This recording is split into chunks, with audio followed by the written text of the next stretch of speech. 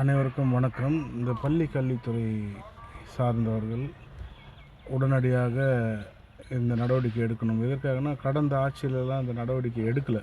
இந்த தனியார் பள்ளிகள் பார்த்திங்கன்னா, பிள்ளைகளை பயங்கரமாக வாட்டி எடுக்கிறாங்க. எப்படி வாட்டி எடுக்கிறாங்கன்னா, 6 மணிக்கெல்லாம் பள்ளிக்கு வரணும், அல்லது 7 மணிக்கு வரணும் அப்படின்னு சொல்கிறாங்க. சரி காலையில் கூட படிக்கட்டும், விட்டுருங்க, குழந்தைங்க படிப்பு தானே அப்படின்னு நம்ம நினச்சி அனுப்புகிறோம். அந்த மனநிலை எப்படி இருக்குன்னு பாருங்கள். கொஞ்சம் மாலையில் குறைஞ்சது 6 மணிக்காவது அனுப்பிடணும். பிள்ளைகள் 6 மணிக்கும் அனுப்புறதில்லை. ஒரு சில பள்ளிகளில் 7 மணி, 8 மணி, 8:45 வரைக்கும் கூட பள்ளியிலே படிக்க வச்சு மன உளைச்சல் கொடுக்குறாங்க. தமிழக முதல்வர் இதை உடனடியாக கவனித்து தனியார் பள்ளிகளுக்குன்னு ஒரு கட்டுப்பாடை நிர்ணயிக்கணும். உடனடியாக நிர்ணயிக்கணும்.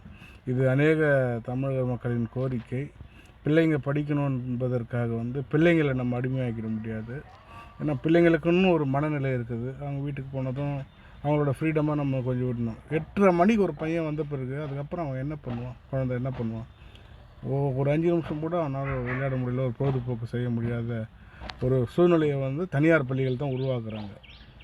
அதனால் உடனடியாக தனியார் பள்ளிகள் மீது கவனத்தை செலுத்தி ஒரு சில கட்டுப்பாடுகளை கடுமையாக நிர்ணயிக்க வேண்டும் என்பது தமிழக மக்களின் கோரிக்கை.